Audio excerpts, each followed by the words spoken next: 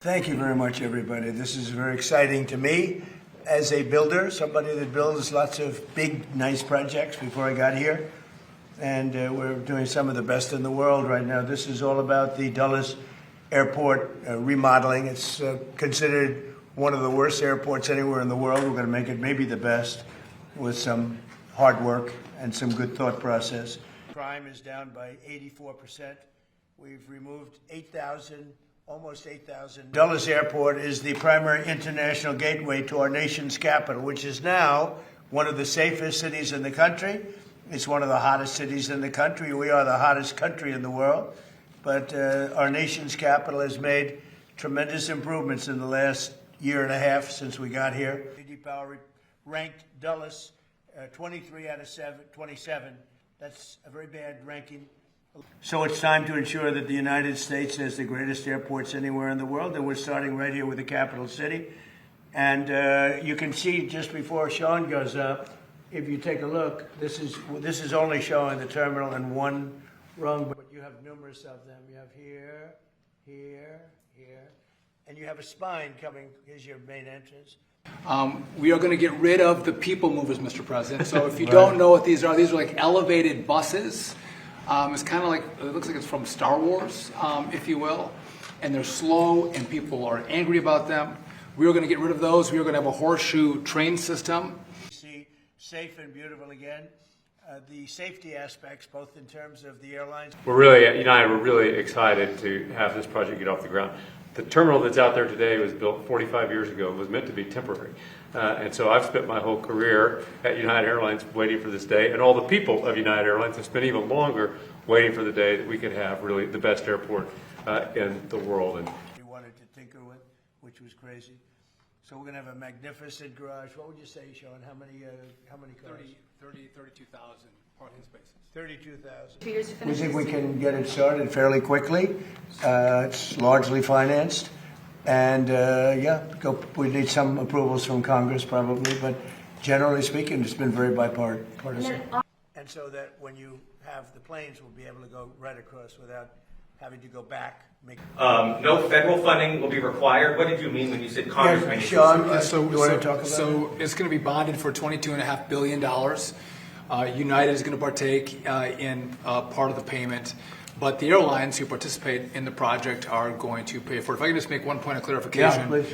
We have some permitting we have to do, but we think in the spring, this is both Concourse A. We think we can start construction in the spring of next year. So we're trying to move at the speed of President Trump. It's never fast enough, but we're going as quickly as possible so we can give a deliverable to the American people.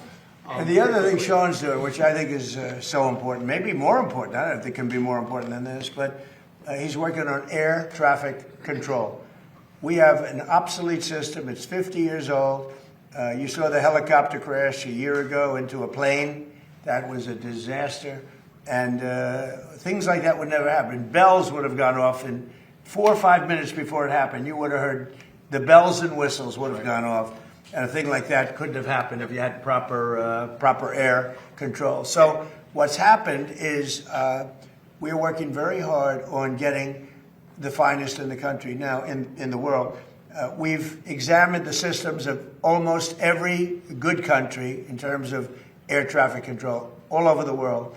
And then on the attack, the drone attack on the LNG tanker off of Egypt, what can you tell us about that? And is there any indication it's Iran related? Does it represent? Well, I'm going to give you a report. I've been briefed.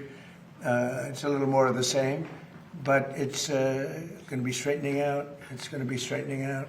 In the meantime, we're going to be hitting them very hard because it's our turn to hit them. They know it's coming. They're asking us not to do it, but they tried shooting it last night. So we had 5 rockets shot going 8,500 miles an hour, and all 5 rockets were knocked down to the ground.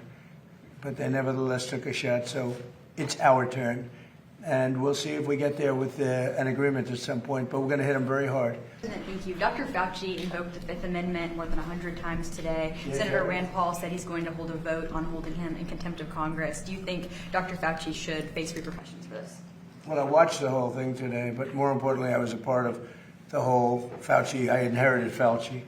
He was here from the 1980s, so I had him for a period of time. And I disagreed with him on a lot. I would have had to close down the whole country if I listened to him. I went the Federalist way, which is basically let the governors decide. And generally speaking, the Republican governors did very well. The Democrat governors did not very well. But Fauci wanted to have nobody wearing masks, if you remember, and then everybody had to wear 5 masks, as many masks as you could get. I mean, made a lot of mistakes. And he wasn't a big factor for me. He was a very big factor for Biden. And if you remember, even though we were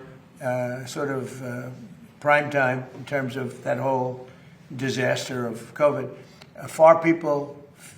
fewer in the Trump administration than in the Biden administration. We ran it well. Operation Warp Speed was talked about as being one of the great success stories anywhere in the world, actually. And we did a good job. But many more people died under Biden than died in the Trump administration from COVID. COVID was a disaster, but Fauci did not help. You've had a couple of weeks to get to know our new Prime Minister. Have you spoken to him much, and do you think he is the man to lead us to excellency? Well, he did say one very good thing. He said he's going to open up North Sea oil. If he does that, you're going to be a wealthy country, if he does it reasonably.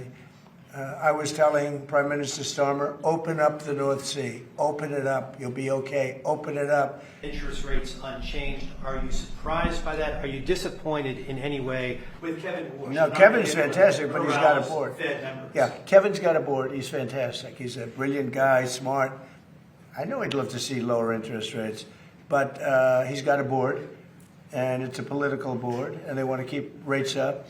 But we fight through rates. We have the strongest investment ever made in a country, of any country. It was China about 13, 14 years ago. We have far greater, 19.2, even Jensen would say that's a lot. And Jensen's spending a tremendous amount of money, by hundreds of billions of dollars. He happens to be in the room. He's spending more than United, actually. Yes. Well, he's spending 10 billion, but Jensen's spending hundreds of billions, right? I don't know. That's not a bad business idea. But no, we have 19.2 trillion. So it's the biggest number ever spent in any country by far, and that's over a period of 1 year. As an example, as you know, the Biden administration for 4 years did much less than 1 trillion. We're doing 19.2 trillion in 1 year. And that's over a period of 1 year. As an example, as you know, the Biden administration for 4 years did much less than 1 trillion. If you like this video, then like, share and subscribe to Mirror Now.